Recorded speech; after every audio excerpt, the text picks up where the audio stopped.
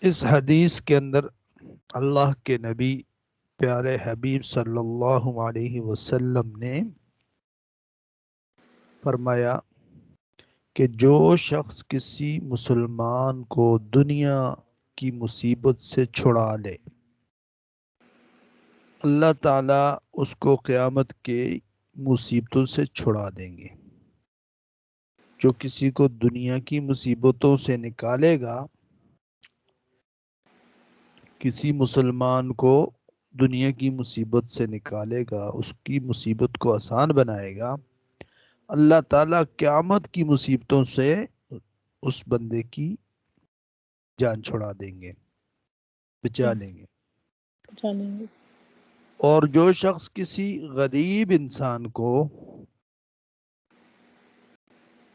آسانی کا معاملہ کر دے، غریب انسان کے ساتھ آسانی کا معاملہ کر دے، اللہ تعالیٰ اس پر دنیا اور آخرت میں آسانی کر دیں گے۔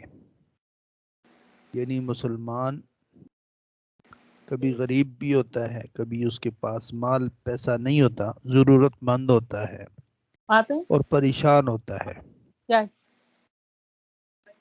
تو اللہ تعالیٰ قیامت والے دن اس بندے کے ساتھ آسانی کریں گے، اس کی مدد فرمائیں گے اور دنیا میں بھی مدد فرمائیں گے۔ جو ایسے غریب کی مدد کرے گا، اس کے لیے آسانیاں بانٹے گا۔ وہ جو شخص کسی مسلمان کی پردہ پوشی کرے گا، اللہ تعالیٰ اس کی پردہ پوشی فرما دیں گے۔ جو کسی کے رازوں کو چھپائے گا، جو کسی کے گناہ کو چھپائے گا، تو اللہ تعالیٰ قیامت والے دن ان کے راز چھپائے گا۔ اس کے راز، اس کے گناہ، اس کی کمزوریوں کو چھپا لیں گے۔ کمزوریاں تو ہوتی ہیں انسان کے اندر نا، تو اللہ تعالیٰ جو دنیا میں کسی کی کمزوریوں کو چھپائے گا، اللہ تعالیٰ قیامت والے دن اس کی کمزوریوں کو چھپائیں گے۔